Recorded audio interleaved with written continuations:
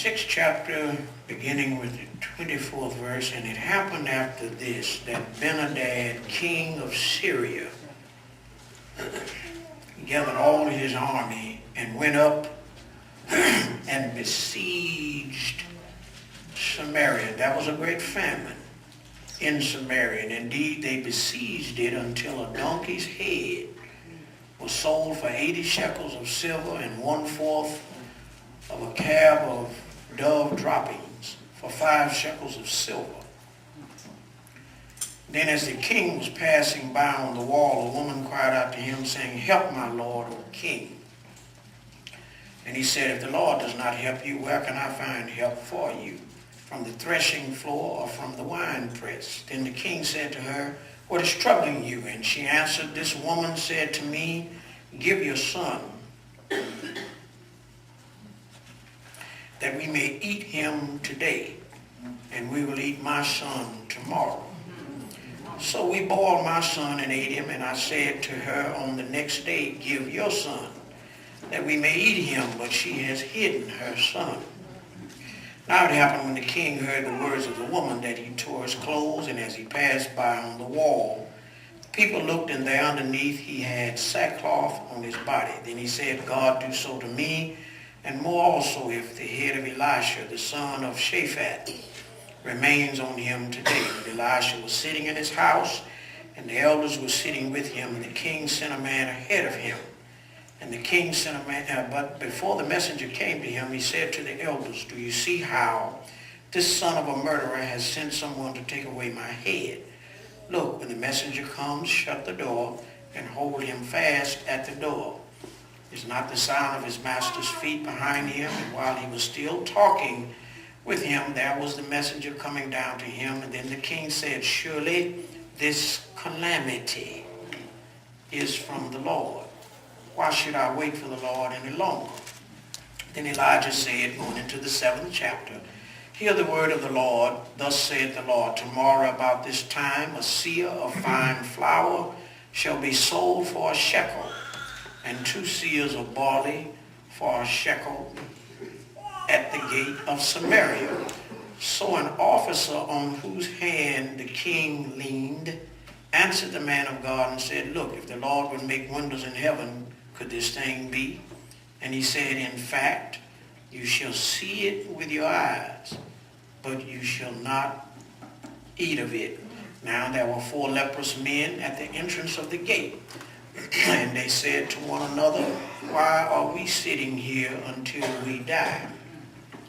If we say we will enter the city, the famine is in the city, and we shall die there.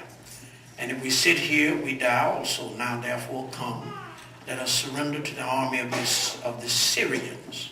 Some of yours may say Arameans, same people.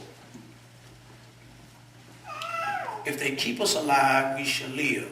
And if they kill us, we shall only die." And they rose at twilight to go to the camp of the Syrians. And when they had come to the outskirts of the Syrian camp, to their surprise, no one was there.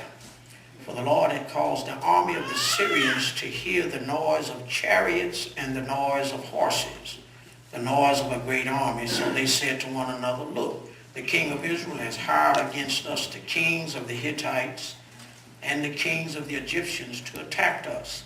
Therefore they arose and fled at twilight and left the camp intact, their tents, their horses, their donkeys, and they fled for their lives.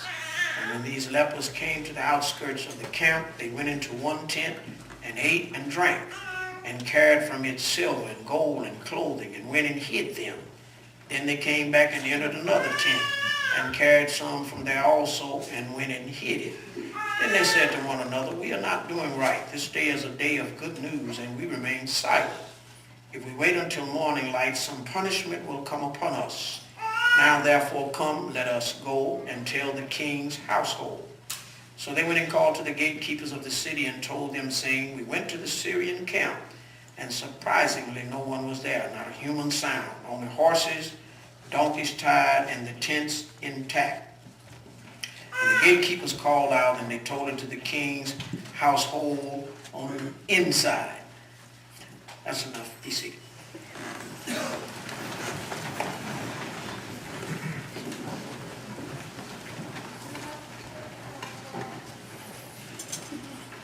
I want us to take a look at what the text itself calls this.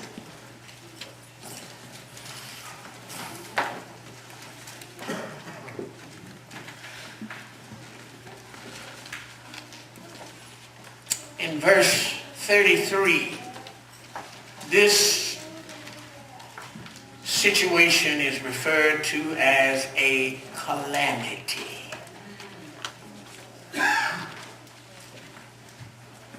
And I want us to look at this calamity and the unlikely instruments that resolved it. The calamity and the unlikely instruments that resolved it. A terrible calamity of war and want. If you're writing, put those two things down. War and want.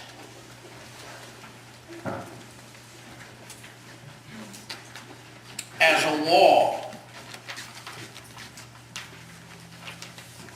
the city of Samaria, which was the capital of Jerusalem at the time, was under attack by the Syrian army, or the Aramean army. The want, there was a famine in the land. Scarcely any food to eat. This episode, if you noticed, when we read the text, started in chapter 6, verse 24. And it covers all of chapter 7. So it starts in chapter 6, verse 24, and it covers all of chapter 7. The causes of the calamity were twofold. There was a foe, F-O-E, and there was the failure of Israel. The foe was Syria.